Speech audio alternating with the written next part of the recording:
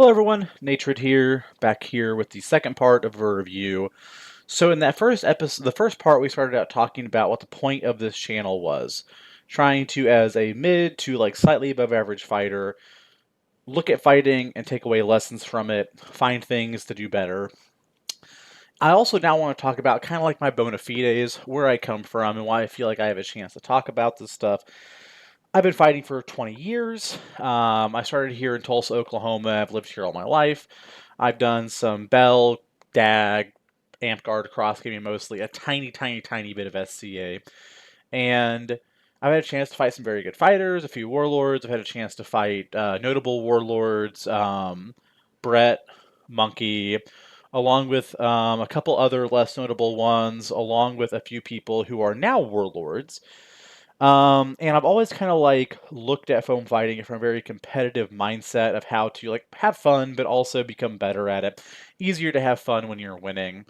And that's kind of who I am, where I come from. If you want to spar, I'll spar you. And I always feel kind of weird offering advice because I don't have some fancy title attached to my name, but people seem to like it. I keep getting a lot of good feedback, so we'll keep looking into this. The first part of this video was the single sword fighting portion of this sparring session. Now we're going to look at the board stuff, which is my specialty. So step one, gear check, gear check, gear check, gear check. We have a center strapped round here from Heron. Pretty narrow. I like a good thin shield. From over here, looks like we might be fighting center grip punch. Maybe a 26er. So, in the first part of that video, in the first part of this video, I talked about how you need to move your feet. You don't have to be super mobile, but you need to move your feet and have good positioning. I talked about how a warlord I know named Kurai is not a super mobile fighter. The difference is that Kurai does not get legged by these shots. This is a shot being thrown on Kurai. This is probably a punch block and a straight chop to the back. And we have that option here. Even here, I said in the first part of this video, the best defense against a spin shot is just to swing anything whatsoever. Almost any shot here would have picked up an arm or a body. Instead, we concede the leg.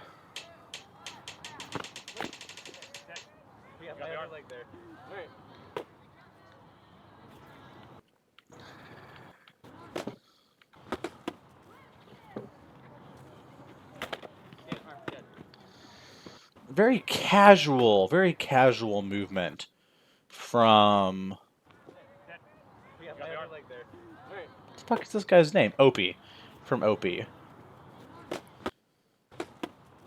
You know who does this kind of thing really, really well? Bell. If you ever watched Bell fight, I recommend watching Bell fight.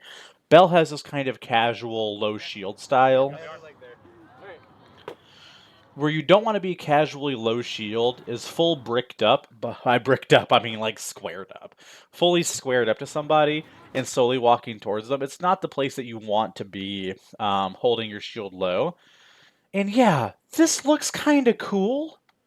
This rising hanging block here. Let's watch this on slow motion and appreciate how cool this looks, okay? Wham! The hanging block actually part of a fake. However, we're committing both sword and shield to blocking this shoulder. It's a lot of investment. High cross, high cross.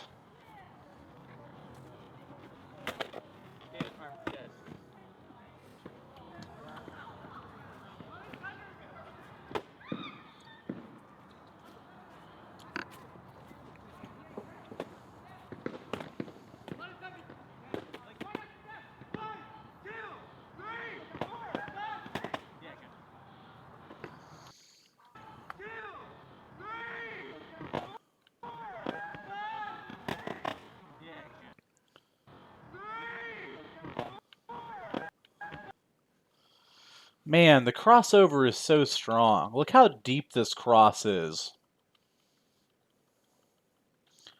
And look how far over Heron's shield comes. This, and I mean this with full affection and respect, is bad. This is not where you want to be in life. Right here, this is not where you want to be in life as a happy shield fighter.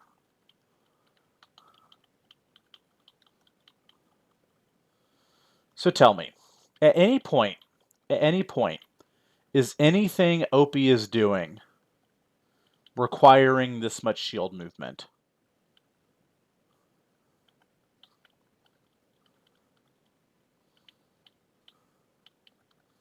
There's our first shot from Opie.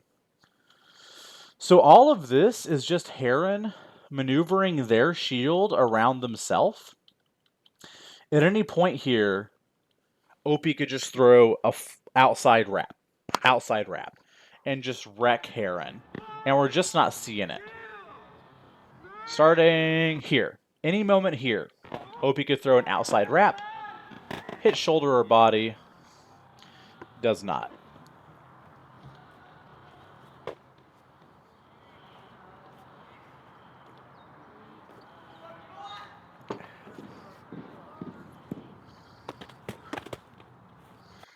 What's that? What was that? I throw this shot a lot. Watch what Opie does here.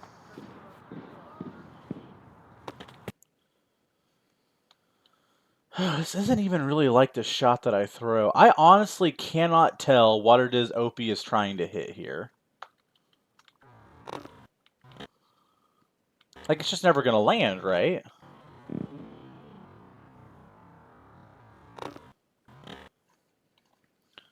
Okay, so here, Opie's in a pretty good stance.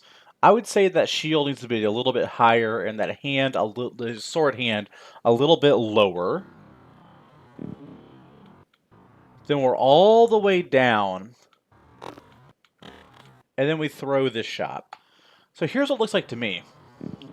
To me, this looks like the slowest dark side ever. This is all part of the same motion. Sword goes down, then up and swings, and doesn't really do anything.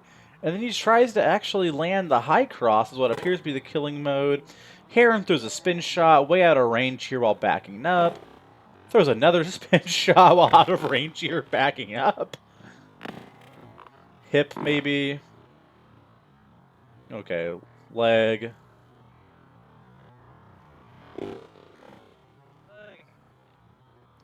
Leg for a leg.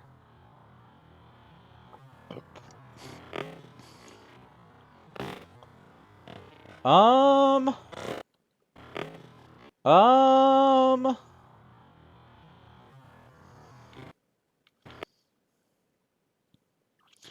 Both knees are planted. Heron's already down a leg. What do you call that?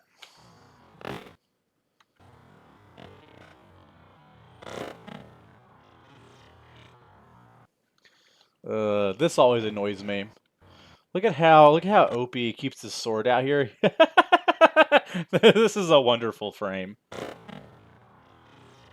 But like his sword is out here, right? And he goes behind his head, gets trapped there, and just kind of rubs his sword. I don't like that buttering bread rubbing kind of stuff. Knee again? Well, both knees are planted, maybe.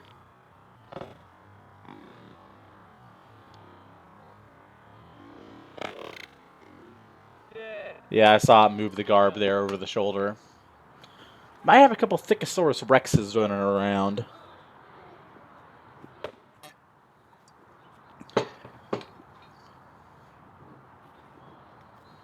Which again, maybe they're trying very hard and adrenaline is very high, so the shots aren't hitting as well as they could. Yeah, way to jam in the high cross.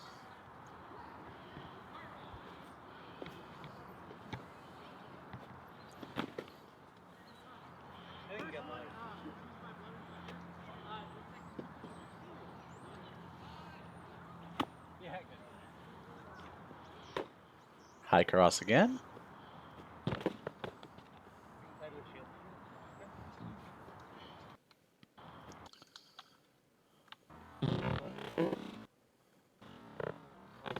You know, that crossover thrust almost looks sufficient for amp guard.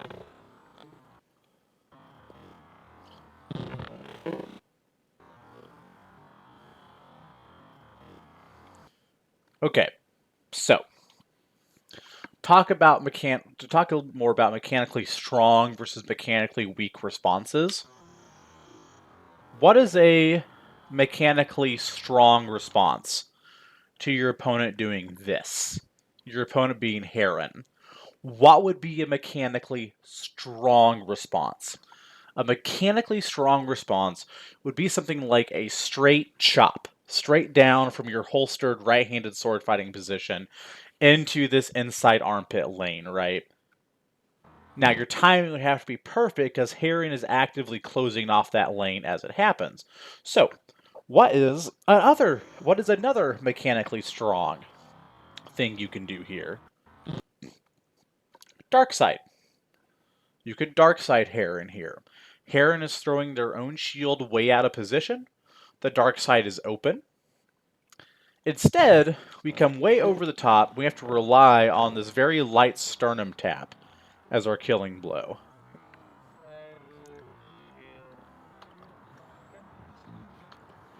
That doesn't get taken, because maybe it wasn't good enough.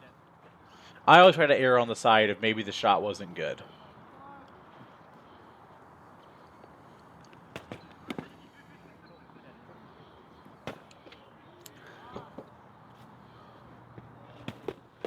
Nice block.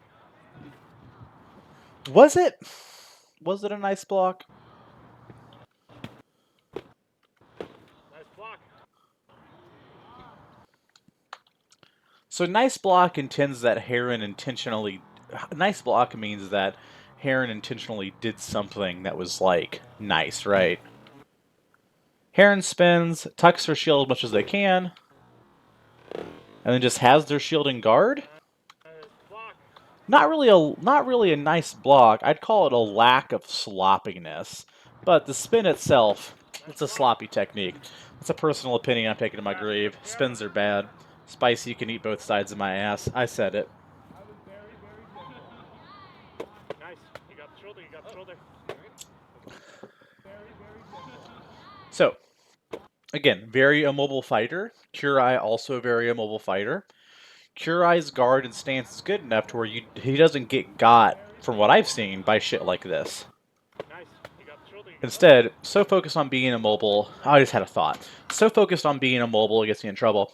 Here's the thought I just had. Okay, so I wonder if OP comes from a place where your average fighter has such bad footwork that having no footwork at all is actually the better way to be. And I can imagine that. If you have a bunch of people who are so wild and spastic that they're going fucking nuts all the time, one of the most foiling things you can do for them is just don't move and let them be wild and sloppy and eat them up. I wonder if that's where Opie's style here is coming from. Yeah, arm leg. Yeah, leg arm, whatever.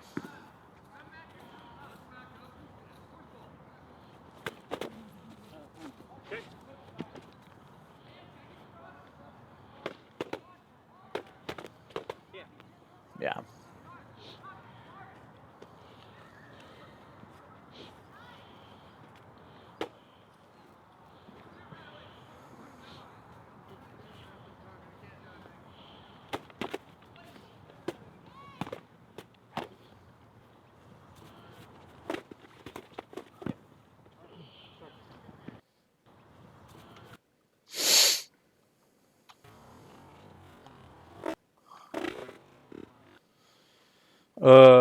So here's what would be fucking sick, bro. Imagine that OP shield stays right where it is right now during this frame, and he catches this sick block with his sword. Instead, his shield comes up also. You gotta pick one. You gotta pick... If you want to be at maximal efficiency, you don't need to block with your shield and your sword. You're going to pick one or the other, and more than likely your shield's going to be the better option for blocking that shot, just given the fact that your shield's already on that side. The reason we can't, though, is the shield is already super low. This is mechanically poor, but it could be strategically rich. So strategically rich in that if his arm is this exposed, it's going to naturally invite a shot to it, which you could then hanging block. But if you're going to invite the shot to it, don't raise your shield and block with your sword. You're defeating the purpose.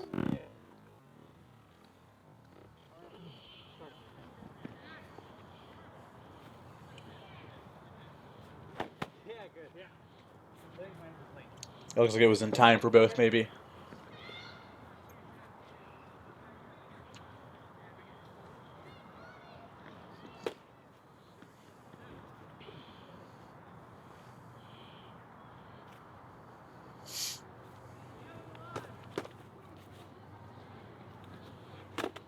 Yeah, Mark. Good pick.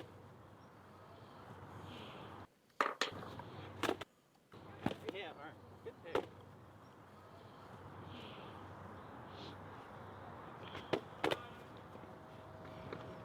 You bait that.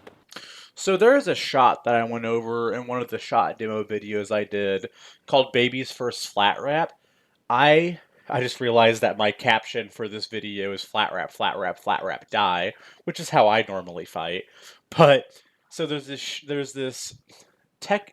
idea that I have called Baby's First Flat Wrap, where one of the first things that you do wrong in fighting is just swing 12 to 6 for somebody's shield, right?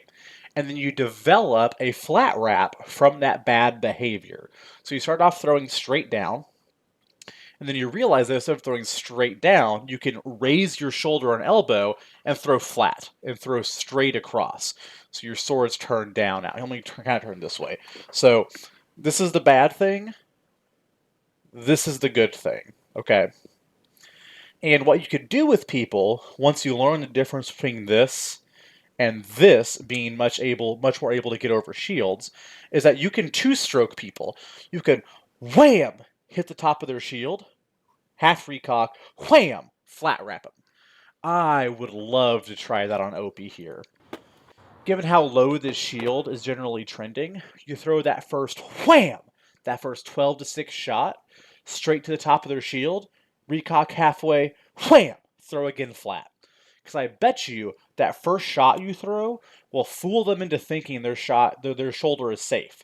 So when you reset and throw again, they're not going to think about moving their shield.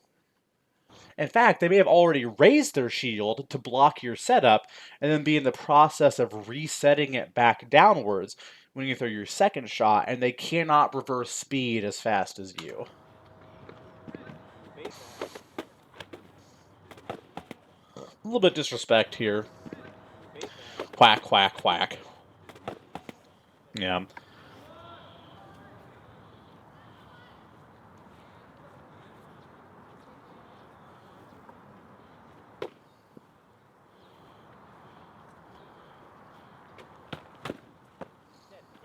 Give me on the tip. Give me down. Got me on the tit. Oh, sorry about the face. I leaned into that. Don't worry about it.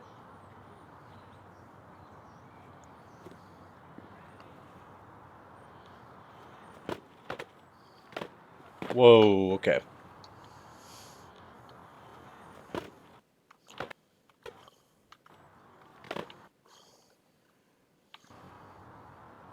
Let's see what happens here. Okay, so again, it's funny, I was just talking about it a second ago, but that idea of throwing that 12 to 6 shot straight down into a shield, that is a dump shot. That is a mechanically poor 0% shot, right? It's not going to do anything. It's aimed for their shield, but maybe you're setting something up. Maybe you're doing this mechanically poor thing for us to set up a strategically rich idea. This right here, this upward thing that Opie is doing to the shield is mechanically poor. It's a mechanical 0. What is he setting up, though? He's setting up a high cross. It just seems risky to me. You throw this shot, which keeps your arm broken forward, your elbow out and projected, and then rotate over, and you cannot rotate into that high cross without your elbow being out. Just leaves you in the lurch for a long time. Watch his arm here. Throws this up strike. Elbow has to stay cocked and projected as he rotates into this high cross. Very close to to losing it there for nothing.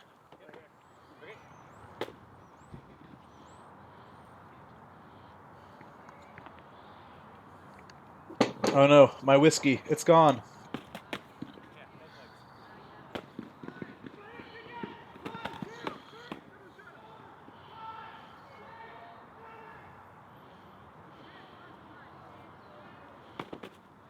Mine wasn't in touch. Okay.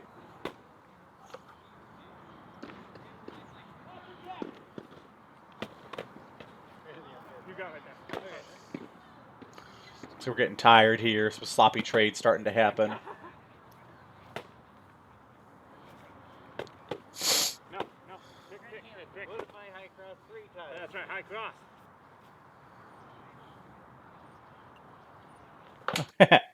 Anytime somebody does this, anytime you see this foot placement, shield, vertical faced, leg, 1 foot, literally about a foot out in front of the shield.